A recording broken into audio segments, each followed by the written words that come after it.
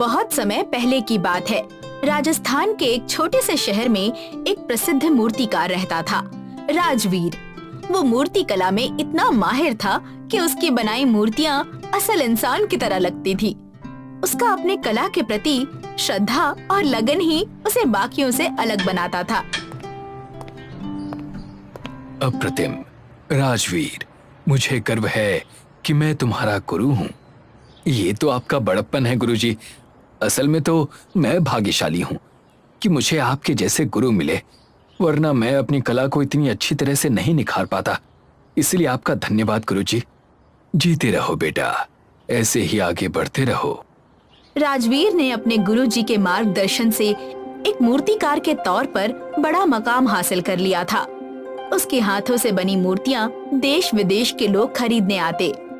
धीरे धीरे राजवीर का नाम भारत में ही नहीं बल्कि विदेश में प्रसिद्ध हो गया। पैसा, रुतबा, सम्मान, पुरस्कार सब कुछ उसकी कदमों में था। पर समय के साथ उसका व्यवहार बदलने लगा। वो अपने परिवार, पुराने दोस्तों से घमंड से बात करने लगा। वाह राजवीर, तू हम सबसे बहुत आगे निकल गया यार। बड़ा घर, बड़ी गाड़ी, बड़ा नाम। मुझे विश्वास ही नहीं हो रहा कि तेरे जैसा बड़ा कलाकार मेरे जैसे मामूली इंसान का दोस्त है। सही कहा तूने। मुझे भी यकीन नहीं हो रहा है कि तुझ जैसा मामूली नौकरी करने वाला स्ट्रगलर मेरा दोस्त है। तेरा और मेरा कोई मेल ही नहीं है यार। बड़े बड़े लोगों के साथ उठना बैठना है मेरा, और तू अभी भी उधर ही है, वही घिसी पिटी नौकरी। तू बहुत थक जाता होगा ना। चल, तेरा ये बोझ मैं हल्का कर देता हूँ। तू कल से मेरा काम संभाल, ठीक है? रहने दे राजवीर, नहीं चाहिए। ये जो मेरा बोझ है ना, इसे मैं ही संभालूंगा। अरे तू बुरा मान गया यार, तेरी भलाई के लिए कह रहा हूँ। हाँ, मेरे भले के लिए तो तूने कहा, लेकिन ये सारी बातें अगर मेरा दोस्त बनकर कहता ना तो मुझे अच्छा लगता। लेकिन असल में तो मेरे सामने एक घमंडी कलाकार है। नीरज की बात सुनकर राजवीर गुस्से से आग बबूला हो गया, लेकिन अपने घमंड में वो इतना डूब गया था कि उसने नीरज की बातों पर ध्यान नहीं दिया और अपने काम में लग गया।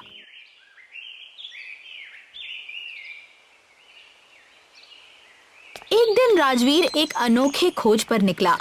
वो एक पुरानी पहाड़ी वाले इलाके में गया। वहाँ उसे एक नीले रंग का केले का पेड़ दिखा।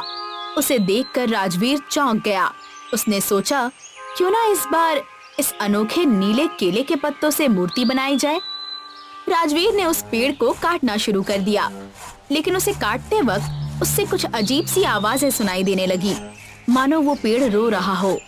पर राजवीर ने ध्यान नहीं दिया।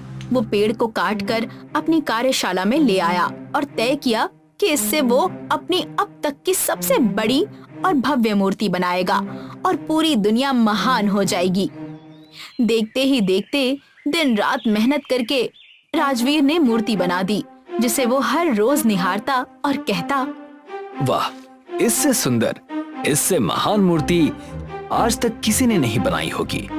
राजवीर ने जल्दी ही अपनी मूर्ति का प्रदर्शन किया, जिसके बाद उसे दुनिया से बहुत तारीफ मिली, जिसके कारण वो अब 7वें आसमान पर जा पहुंचा था। सब कुछ सही चल रहा था, पर धीरे धीरे राजवीर ने एक अजीब बात महसूस की। अचानक मूर्ति के पत्तों से धीरे धीरे खून बहने लगा। अरे, ये क्या हो रहा है? मेरी इतनी मेहनत से बनाई हुई मूर्ति की ऐसी हालत क्यों हो रही है? राजवीर परेशान होने लगा। उसे कुछ समझ में नहीं आ रहा था। वो हर दिन उस मूर्ति को सुधारता, लेकिन कुछ फायदा नहीं हुआ।